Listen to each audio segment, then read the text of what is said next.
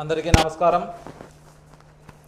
నిన్నటి దినం కొడైనెలలో ప్రీకాట్ meridian spinning mill దగ్గర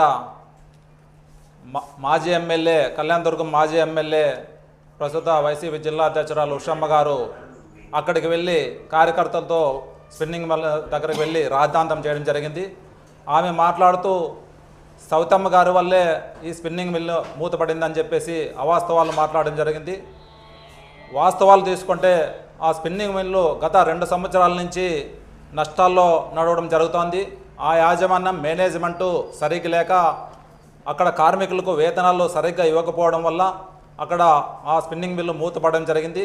అయితే ఏమో స్పిన్నింగ్ మిల్లు మూతపడడంతో ఇక్కడ వైసీపీ జిల్లా అధ్యక్షురాలైనటువంటి ఉషమ్మ గారు దీన్ని రాజకీయ దురుద్దేశంతో సౌతమ్మ గారు వల్లే ఇది మూతపడింది అని చెప్పేసి ఆమె మాట్లాడడం జరిగింది.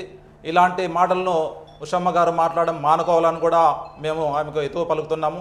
ఎందుకంటే గత ఎన్డీఏ ప్రభుత్వంలో అయితేనేమి, గత తెలుగుదేశం ప్రభుత్వంలో అయితేనేమి, ఇక్కడ పెనుగొండ నియోజకవర్గానికి కియా పరిశ్రమ అయితే అనేమి, అదేవిధంగా అనేక పరిశ్రమలు తీసుకురావడం జరిగింది. ఒక ఎన్డీఏ కూటమి ప్రభుత్వం, టీడీపీ ప్రభుత్వంలో అని చెప్పేసి ఈ సందర్భంగా తెలియజేసుకుంటున్నాము.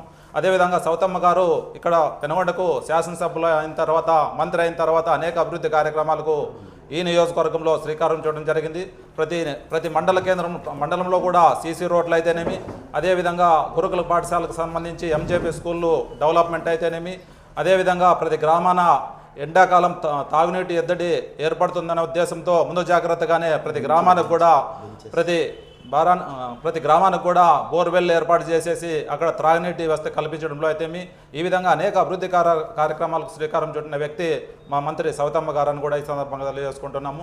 అదేవిధంగా ఎన్డీఏ కూటమి ప్రభుత్వం ఏర్పడిన తర్వాత పెన్షన్ల పెంపు 3,000 ఉన్న పెన్షన్ 4,000 అయితేనేమి, అదేవిధంగా దీపం 2 పథకం ద్వారా ఉచిత గ్యాస్ సిలిండర్లు అయితేనేమి, అదేవిధంగా వచ్చే జూన్ 12 నుంచి తల్లికి వందనం ద్వారా ప్రతి విద్యార్థికి తల్లికి వందనం పథకం ద్వారా 15,000 రూపాయలు వారి అకౌంట్లో జమ అయితేనేమి, అదేవిధంగా రైతు సుఖీభావ పథకం ద్వారా ప్రతి రైతు అకౌంట్లో కూడా జూన్ 12వ తారీఖు నుంచి కూడా పడడం జరుగుతుందని కూడా మా ముఖ్యమంత్రి చంద్రబాబు నాయుడు గారు ప్రకటించడం జరిగింది. అదేవిధంగా ఫ్రీ బస్సు ఆగస్టు 15 నుంచి కూడా మహిళలకు ఉచిత బస్సు ప్రయాణం కూడా కల్పించడం జరుగుతుంది. ఈ విధంగా ఎన్డీఏ కూటమి ప్రభుత్వం ఏర్పడిన తర్వాత ఒక్కొక్క పదం కూడా ఏదైతే భవిష్యత్తు గ్యారంటీ పథకం ద్వారా చెప్పారో అవన్నీ ఒక్కొక్క పథకము మనకి మంజూరు కావడం జరుగుతుందని కూడా సందర్భంగా తెలియజేసుకుంటున్నాము. అయితే గత వైసీపీ ప్రభుత్వంలో నవరత్నాలు అని చెప్పేసి ప్రకటించడం జరిగింది. అయితే నవరత్నాలు మీరు ఎన్ని సంవత్సరాల్లో పూర్తి చేసినారో చెప్పండి. పెన్షన్ తీసుకుంటే 250 పెంచుకుంటా 5 సంవత్సరాలు మీరు నవరత్నాలు పథకం ద్వారా మీరు చేసింది 5 సంవత్సరాలు పట్టింది. అదే మా ముఖ్యమంత్రి చంద్రబాబు నాయుడు గారు అదేవిధంగా ఎన్డీఏ కూటమి ప్రభుత్వము 1 సంవత్సరం ఏడాదిలోపే అన్ని పథకాలు కూడా తీసుకురావడం జరిగిందని కూడా ఈ సందర్భంగా తెలియజేసుకుంటున్నాం. ఈ విధంగా అభివృద్ధి చేసేది కూడా తెలుగుదేశం పార్టీ ఎన్డీఏ కూటమి ప్రభుత్వమే.